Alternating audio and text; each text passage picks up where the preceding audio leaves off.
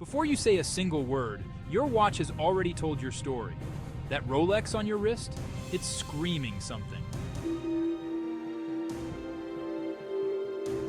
That Patek Philippe? It's whispering secrets. And that Richard Mille? Well, we need to talk about that.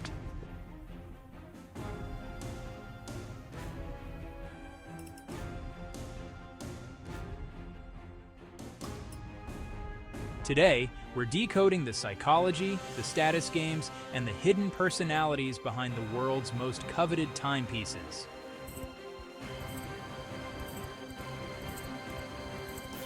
And trust me, you might not like what your watch says about you.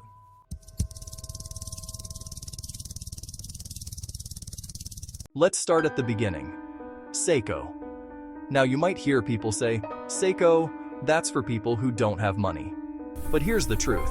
Seiko wearers are often the most knowledgeable watch enthusiasts in the room.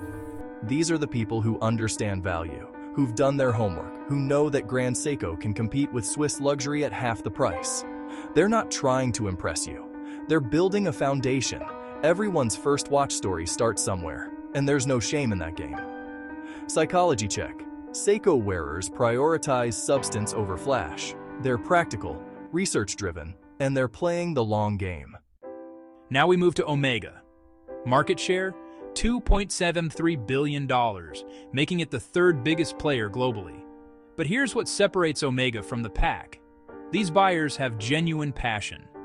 They don't have a lot of money, but they love watches. And honestly, that's the most authentic reason to buy anything.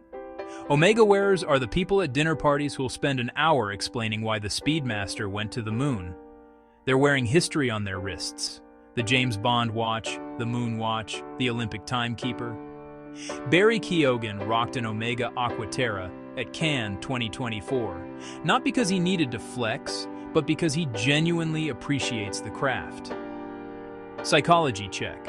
Research shows that luxury watch owners often feel a sense of control over time itself. Omega wearers embody this. They're punctual, thoughtful, and they value heritage over hype. Breitling is fascinating because it breaks all the rules.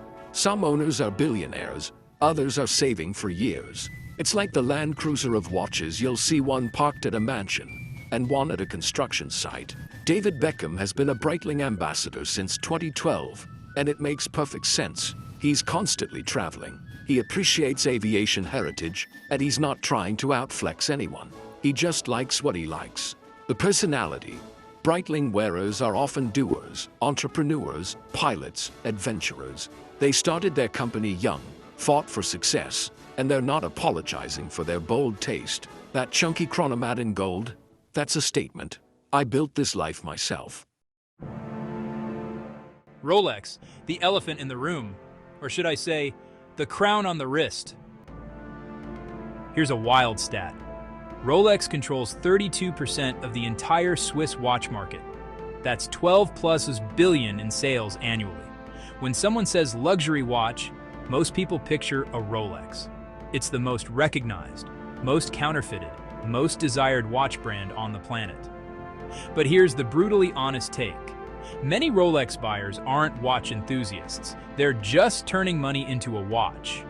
They want the instant recognition, the status. The Submariner is the watch equivalent of driving a Mercedes. Everyone knows what it means. The paradox. Despite being #1 in sales, Rolex isn't considered part of the Holy Trinity of watchmaking. Why? Because the Holy Trinity was established in the 1970s, when Rolex was still seen as a tool watch. By the time Rolex rebranded itself as a status symbol in the 1980s, that club was already closed. Psychology deep dive.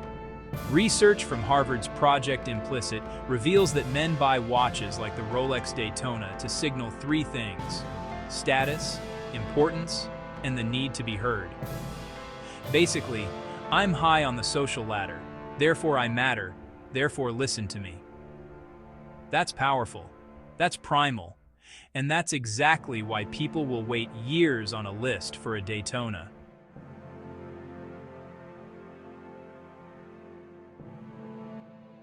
If Rolex is the loud millionaire, Audemars Piguet is the billionaire with taste. AP wearers have money, but they want you to know they have classy money. This is the holy trinity member that celebrities gravitate toward. LeBron James, Jay-Z, Lionel Messi, they're all rocking Royal Oaks. In 1972, AP revolutionized watchmaking by introducing the Royal Oak during the Quartz Crisis, a luxury steel sports watch designed by the legendary Gerald Genta. It was bold, it was geometric, it was unlike anything else. At the 2024 Ambani wedding, basically India's version of the Met Gala, Ranbir Kapoor wore a Patek Philippe, but countless other guests were spotted wearing blinged-out Royal Oaks. The message? I can afford the best, and I have the sophistication to choose it. The psychology. AP wearers often represent a specific archetype. They've achieved financial success. They run in elite circles, and they want their success visible but refined. It's flashy, but with horological credibility. It's I made it, and I know watches. So I want to ask you, what watch are you wearing? What does it say about you? And more importantly, what do you want it to say? Drop your answers in the comments. If you enjoyed this deep dive into the psychology of luxury watches, smash that like button, subscribe for more horological deep dives, and I'll see you in the next video. Until then, keep your time precise and your taste impeccable.